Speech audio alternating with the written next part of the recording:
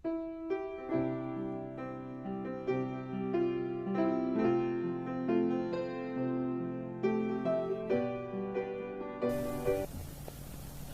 yang kekasih dalam nama Yesus, topik firman Tuhan pada pagi hari ini yaitu merindukan kebangunan rohani. Supaya semua kita rindu akan kebangunan rohani, semua kita berdoa buat kebangunan rohani, supaya kebangunan rohani jadi dalam gereja kita, dan supaya kebangunan rohani, saudaraku, meliputi kota Medan ini, saudaraku. Sehingga, saudaraku, banyak orang mencari Tuhan, rindu akan Tuhan, saudaraku. Sehingga jiwa-jiwa merasa, saudaraku, tergugah hatinya, merasa lebih disadarkan akan dosanya. Kemudian dia mencari Tuhan dalam hidupnya. Di mana aku bisa bebas dari dosa? Di mana nasibku bisa berubah? Masakan hidupku begini-begini saja. Saudaraku mulai tergugah hatinya, dan dia mulai mencari Tuhan. Saya katakan kepada saudara, itulah pekerjaan Roh Kudus, bukan pekerjaan manusia, saudaraku. Nah, saudaraku yang kasih, kita berdoa buat ini. Kita rindu, kita haus supaya kebangunan rohani ini terjadi. Dan ini akan memberkati kota Medan, mengobatkan kota Medan, saudaraku. Dan memberkati kota Medan, saudara. Tapi, saudaraku, terlebih dahulu, kita sendiri, sebagai anak-anak Tuhan, harus bangun rohani kita. Kita sendiri lebih dahulu harus memiliki kebangunan rohani. Kalau rohani kita pun tertidur, saudaraku, kita tidak bisa membawa kebangunan rohani kepada jiwa-jiwa. Kalau rohani kita pun lemah, saudaraku, kita tidak bisa membawa kebangunan rohani kepada jiwa-jiwa. Kalau, saudaraku, rohani kita pun tidak berkobar-kobar, bersemangat, saudaraku, bagaimana kita bisa memberi api kepada jiwa-jiwa? Kebangunan rohani dimulai dari saudara. Kebangunan rohani dimulai daripada anak-anak Tuhan yang rindu akan Tuhan, yang suka bersekutu dengan Tuhan, yang suka membaca firman Tuhan, yang suka berdoa. Kenallah, saudaraku, kalau sebagai anak-anak Tuhan kita mulai kurang berdoa, tidak suka berdoa, itu tanda, saudaraku, rohani kita mulai merosot. Sebagai anak-anak Tuhan, kalau kita mulai tidak suka baca firman Tuhan, marilah kita bertobat. Itu adalah makanan rohani bagi kita. Tiap-tiap hari kita harus membaca firman Tuhan. Kapan kita tidak membaca firman Tuhan, tanda rohani kita mulai merosot. Mari kita dahulu perlu bertobat. Amin, saudara. Tanda-tanda dalam rohani yang bangun, yaitu kita ini kemanapun tidak bisa diam. Saudaraku, maksud saya, saudaraku, kemana pun kita tidak bisa tutup mulut. Kita harus menceritakan kepada Yesus. Kita harus menceritakan Yesus pada jiwa-jiwa. Kita cerita Yesus pada jiwa-jiwa. Nah, saudaraku, kita suka memberi. Ini tanda kebangunan rohani. Kebangunan rohani dimulai dari saudara. Saudara harus lebih dulu suka memberi, suka berkorban. Saudara dengan sukacita memberikan korban, saudara. Kapan diumumkan dari depan, saudara, kita akan mengumpulkan korban buat KKR atau buat penginjilan. Oh, saudaraku, dengan mudah, saudaraku, dengan sukacita, saudaraku, saudara memberikan satu korban yang indah, yang mahal, berharga di hadapan Tuhan, saudaraku. Saudara berkorban memberinya, bukan, saudaraku, begitu banyak timbang-timbang, saudaraku, begitu banyak, saudaraku, tawar-menawar dengan Tuhan, saudaraku. Saudara perlu bangun rohani, saudara, kalau demikian, saudaraku. Tidak ada yang terlalu mahal buat Tuhan, saudaraku. Saudaraku, kita ikut dalam perintah agung. Kita ikut dalam pekabaran Injil, saudaraku. Satu kesempatan kepada kita untuk berkorban kalau ada pekabaran Injil. Beri, saudaraku, beri. Baik kepada orang beri. Ini tanda-tanda rohani yang sehat. Rohani yang bangun. Yang bisa membawa kebangunan rohani bagi orang lain, saudaraku. Apalagi tanda yang saudara berkata, tanda rohani yang sehat, saudaraku. Dia suka bersaksi, dia suka menginjil, saudaraku. Dia suka berkorban. Dan satu lagi, saudaraku, dia terbeban pada jiwa-jiwa karena mengasihi jiwa-jiwa. Dia tahu kemana perginya jiwa-jiwa yang belum memiliki Yesus sebagai Tuhan dan Juru Selamatnya. Banyak sekali, saudaraku, orang Kristen di kota Medan ini, saudaraku, belum pernah punya persekutuan pribadi dengan Yesus. Dia tidak pernah tahu pasti akan keselamatan jiwanya. Dia tidak tahu apakah dosanya sudah diampuni atau tidak. Padahal Yesus datang ke dunia ini untuk mengampuni dosa kita. Dan firman Tuhan berkata supaya kamu tahu. Semua ini kutuliskan kepadamu supaya kamu tahu bahwa kamu yang percaya kepada Yesus Kristus anak Allah beroleh hidup yang kekal. Saudara, kita harus mengetahui dengan pasti kemana kita pergi setelah kita meninggalkan dunia ini. Surga atau neraka. Tidak ada tempat yang ketiga, saudaraku. Tidak ada di tengah-tengahnya, tidak ada. Dan tidak bisa pindah dari neraka ke surga setelah didoakan. Tidak ada, saudaraku. Itu ditentukan pada waktu kita masih di dunia ini. Kitalah yang menentukannya, saudaraku. Keselamatan sudah disediakan Tuhan bagi kita. Tuhan itu Tuhan yang baik, saudaraku. Oh, puji Tuhan. Tuhan itu Tuhan yang baik, saya katakan pada saudara. Dia baik pada saudara. Dia menyediakan yang baik pada saudara. Tetapi saudaraku, ada musuh kita yaitu setan, saudaraku. Setan itu jahat semata-mata. Firman Tuhan berkata, aku datang. Tuhan Yesus berkata, aku datang supaya domba itu beroleh hidup. Bahkan beroleh dengan segala kelimpahan. Tuhan mengendaki hidup kita ini berkelimpahan. Berkelimpahan dengan damai. Berkelimpahan dengan sukacita. Berkelimpahan dengan kesehatan. Berkelimpahan dengan berkat-berkat yang kita butuhkan dalam dunia ini. Sebab dia Tuhan yang baik. Saudaraku, kalau saudara belum memilikinya, miliki iman lebih dahulu. Jangan salahkan Tuhan karena kekurangan saudara. Jangan salahkan Tuhan karena penyakit saudara. Itu bukan daripada Tuhan, saudaraku. Itu daripada musuh kita. Karena Yohanes 10 ayat 10 itu lanjutannya. Tetapi pencuri datang. Tetapi setan iblis datang. Hanya untuk mencuri, membunuh, membinasakan. Betapa kontras ini, saudaraku. Pekerjaan Tuhan dan pekerjaan setan, saudaraku. Dari mulanya setan ini musuh manusia. Dia tidak suka manusia ini keberkatan. Dia tidak suka manusia sehat. Dia tidak suka manusia selamat. Karena setiap anak Tuhan yang selamat, yang lahir baru, saudaraku, akan merupakan ancaman terhadap setan, saudara. Saudara berkata, dari mana saya tahu Tuhan itu baik? Saudaraku, pohon bisa dikenal daripada buahnya. Lihatlah apa yang diciptakan Tuhan. Pada hari pertama Tuhan menciptakan terang, jadilah terang. Maka firman Tuhan berkata, dilihat Tuhan terang itu baik sekali. Tapi pada hari kedua Tuhan menciptakan cakrawala, langit, untuk memisahkan air yang di atas air di bumi. Tetapi tidak ada dikatakan di situ, maka dilihat Tuhan semuanya itu baik, tidak tertulis. Mengapa? Karena dalam awan-awan ini dipenuhi oleh kuasa kegelapan, dipenuhi oleh setan dan iblis. Pada hari yang ketiga, saudaraku, Tuhan menciptakan bumi ini, saudaraku, memisahkan laut, air, dan daratan, saudara. Dan Tuhan berkata, dilihat Tuhan itu semuanya baik. Baik. Saudara. Tuhan berkata semua ciptaannya baik dan memang baik. Kemudian Tuhan menciptakan manusia.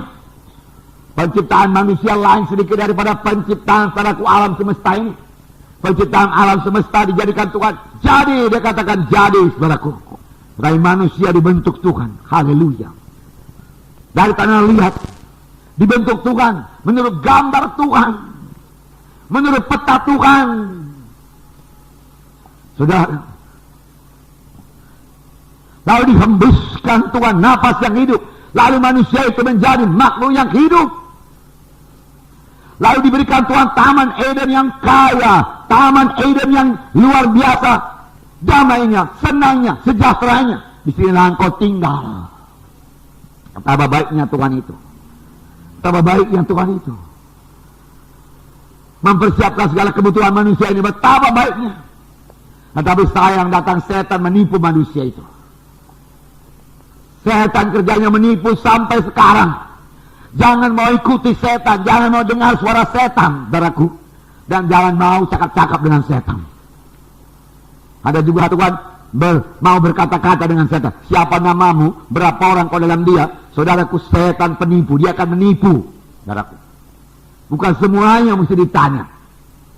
Ada saatnya Roh Kudus menyuruh kita menanyakan setan itu, ada kalanya tidak. Usirkan saya dalam nama Yesus, siap. Yesus hanya sekali, saudaraku, bertanya, siapa namamu? Yang lainnya tidak pernah ditanya Tuhan. Tetapi ada hamba-hamba Tuhan yang memakai ini menjadi satu metode padaku untuk mengusirkan setan. Itu hanya satu kasus, saudaraku. Saudara, bermacam-macam cara mengusir setan. Kita perlu pimpin Roh Kudus dalam hal ini, saudaraku. Setan penipu. Hawa. Lihatlah buah batang kayu itu. Pohon pengetahuan yang baik dan yang jahat. Makanlah. Oh, nggak bisa.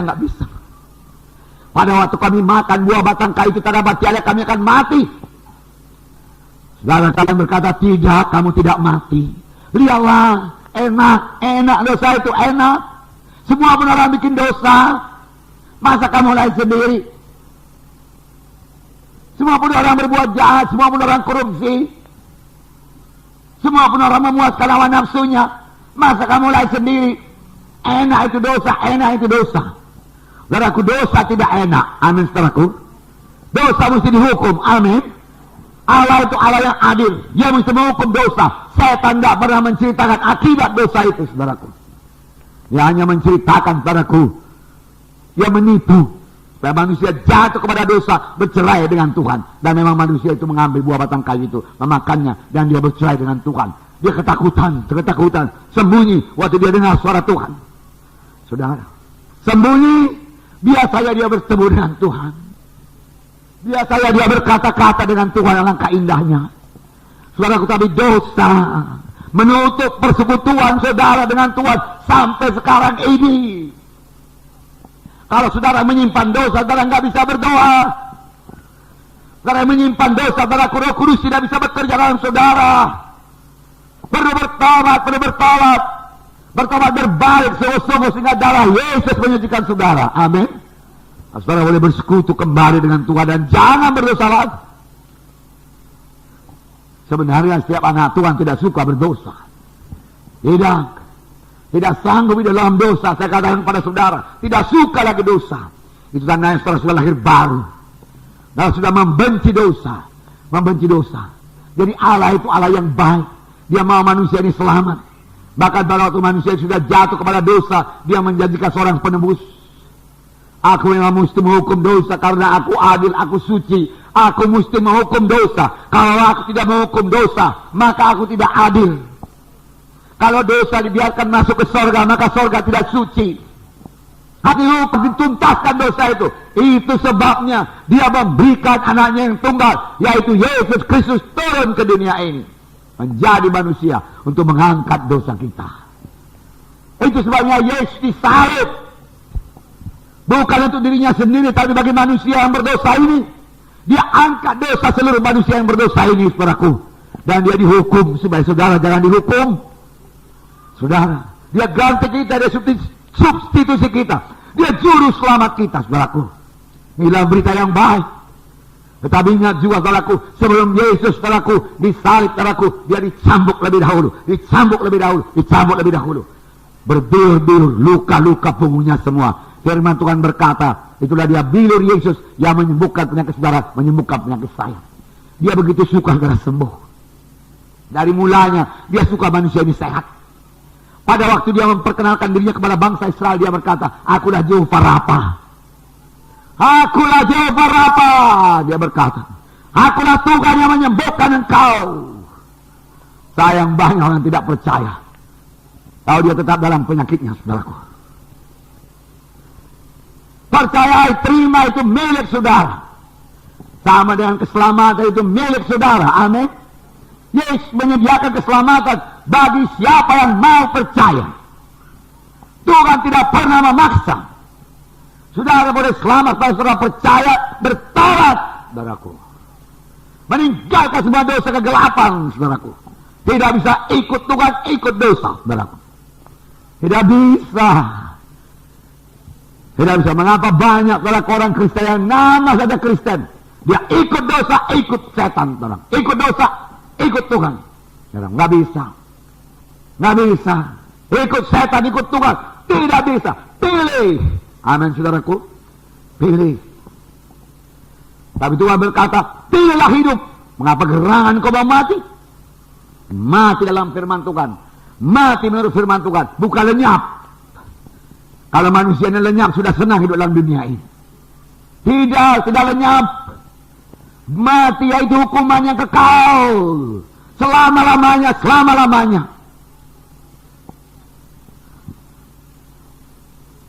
Nah, saudaraku, Allah itu Allah yang baik, setan-setan yang jahat, saudaraku. Tapi kita kembali kepada Tuhan dalam pertobatan yang sungguh-sungguh, mengikut Tuhan sungguh-sungguh dalam hidup kita, saudaraku. Maka Tuhan akan memberikan hidup baru, maka kita lahir baru jadi anak-anak Tuhan. Lalu saudara, kebangunan rohani mulai. Satu hidup baru mulai. Apa yang dicuri setan dikembalikan Tuhan. Amin, saudara. Ya. Sukacita diberikan Tuhan kembali. Kemenangan diberikan Tuhan kembali. Kuasa diberikan Tuhan kembali. Haleluya. Nah, saudara yang kasih dalam nama Yesus. Lalu terjadi kebangunan rohani. Di mana jiwa-jiwa rindu akan Tuhan. Di mana jiwa-jiwa mencari Tuhan, saudaraku. Di mana jiwa-jiwa sadar bahwasanya dia orang berdosa. Saudara, biar Roh Kudus, saudaraku, bergerak. Kita berdoa buat ini, saudaraku. Kita berdoa.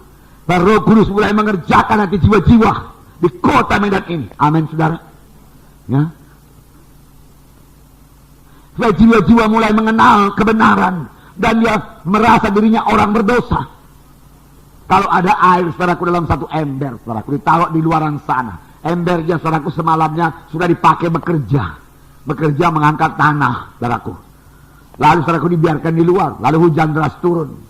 Pagi hari kita melihat, saudaraku, ember itu, saudaraku, punya air yang jernih. Tetapi coba ambil satu kayu, aduk, saudaraku. Maka lumpurnya akan terikut teraduk ke atas, saudaraku. Maka kita melihat air itu penuh, tidak bersih lagi, saudaraku. Mengapa? Karena sudah diaduk. Demikian pekerjaan Roh Kudus. Banyak orang merasa dirinya suci. Banyak orang merasa dirinya benar. Aku ke gereja, aku suka berkorban.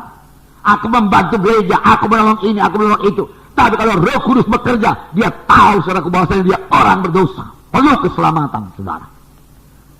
Semua manusia sudah berdosa. Perbuatan baik kita, saudaraku, tidak menyelamatkan kita, saudaraku. Sumbangan saudara kepada gereja tidak menyelamatkan saudara. Apa yang menyelamatkan saudara? Yesus Kristus, Tuhan dan Juru Selamat, berada dalam hati saudara. Haleluya buat Tuhan Yesus.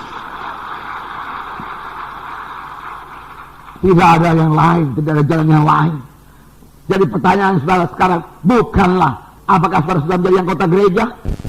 Bukanlah sudah berapa lama saudara ke gereja? Bukan. Sudah, bukan. Tuhan Yesus memperingatkan orang Farisi, orang-orang sundal, orang-orang jahat akan mendahului engkau ke kerajaan sorga. Mengapa? Karena orang jahat itu bertobat. Ampuni aku orang berdosa. Dia katakan, bertobat aku, ku terima engkau Tuhan sebagai Tuhan dan Juru Selamatku. Ya selamat. Tapi banyak orang Yahudi merasa dirinya benar. Harus sudah mengajar di rumah sembahyang, saudaraku. Karena mengetahui sedikit Taurat. Tetapi Tuhan berkata kepada Nikodemus, Nikodemus, kau harus lahir baru. Kalau kau tidak lahir baru, kau tidak mau melihat kerajaan sorga. Jangankan masuk. Siapakah Nikodemus? Orang jahat, pencuri, perampok, penipu, korupsi? Tidak. Nikodemus orang baik. Dia guru orang Yahudi. Dia terhormat. Dia kerjanya di gereja. Dia mengajar. Saudara, dia ahli Taurat. Kata Tuhan berkata kepada Nikodemus, kalau engkau tidak lahir baru, engkau tidak dapat masuk kerajaan sorga. Dia tidak mengerti bagaimana orang lahir baru, Tuhan. Engkau harus lahir baru daripada firman Tuhan dan Roh Tuhan. Baru engkau bisa selamat. Akhirnya Nikodemus mengerti. Nikodemus selamat. Nikodemus ke sorga. Tuhan mengendaki semua manusia ini ke sorga. Dia tidak suka seorang pun yang ke neraka. Amin. Karena dia Allah yang baik. Walau dosamu merah panas sekalipun putih seperti salju, hitam legam sekalipun putih seperti bulu kambing domba. Haleluya. Haleluya. Nah, bagi saudara yang belum terbuka mata rohani saudara, saudaraku, Tuhan mau menolong saudara. Tuhan mau memberikan hati yang baru kepada saudara. Tuhan mau memberikan hati yang baru. Firman Tuhan berkata, hati baru kuberikan kepadamu, hati daging kulalukan daripadamu. Hati batu kulalukan daripadamu, hati daging kuberikan kepadamu. Dan aku akan membuat engkau mencintai segala hukum-hukumku, demikian kira-kira dalam Yesaya 36 itu, saudara. Nah, saudara, supaya kita bisa melayani, kita semua ikut melayani dalam KKR ini, saudaraku, dengan pimpinan Roh Kudus, saudaraku. Kesaksian saudara dengan pimpinan Roh Kudus, saudaraku, bahkan sampai menyebarkan undangan secara dalam roh, dalam kasih kepada jiwa-jiwa. Amin, saudara. Bukan yang tebarkan saja, saudaraku, supaya jadi sebagaimana dikatakan Paulus pada waktu dia datang ke Korintus. Aku datang kepadamu bukan dengan kepandaian manusia, aku datang kepadamu bukan dengan hikmat manusia, tapi aku datang kepadamu dengan penunjukan roh dan kuasa Allah. Paulus, saudaraku, dipimpin oleh Roh Kudus. Roh Kudus menunjukkan kepada dia bagaimana jalannya menginjili Korintus. Dan dia datang, saudaraku, dengan kuasa Allah, sehingga pelayanannya diurapi Tuhan, sehingga pelayanannya disertai dengan tanda ajaib, tanda mujizat. Amin, saudara. Tanda ajaib, tanda mujizat masih berlangsung. Kita rindukan terjadi dalam KKR kita. Amin. Berdoa buat ini, saudaraku, berdoa, saudaraku, berdoa. Saudara, kita tidak mau kebaktian yang secara rutin diadakan 6 hari berturut-turut, saudaraku. Kemudian selesai kebaktian KKR itu, semuanya pun selesai. Kita pun lega. Kalau melihat banyak kebaktian demikian, ada yang maju lebih jauh. Dia memberikan firman Tuhan. Hidup, ada jalan keselamatan dia berikan. Saya sudah berpikir dalam hati, puji Tuhan, ini saatnya jiwa-jiwa selamat. Lalu dia mulai bertindak lebih jauh. Siapa yang mau menerima sebagai Tuhan dan Juru Selamat? Dia kata, angkat tangan. Oh, jiwa-jiwa, beberapa orang mulai mengangkat tangan. Saya pikir, haleluya, malam ini jiwa-jiwa selamat. Teruskan. Kemudian dia katakan, turunkan tangan saudara, Tuhan memberkati saudara. Saudara, mengambang. Mengapa tidak berani? Saudara,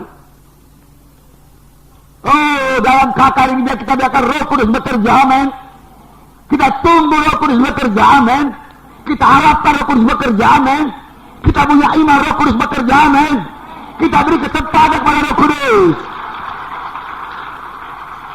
Kita beri kesempatan kepada Roh Kudus. Roh Kudus yang punya sidang ini, saudaraku. Roh Kudus yang memimpin KKR ini.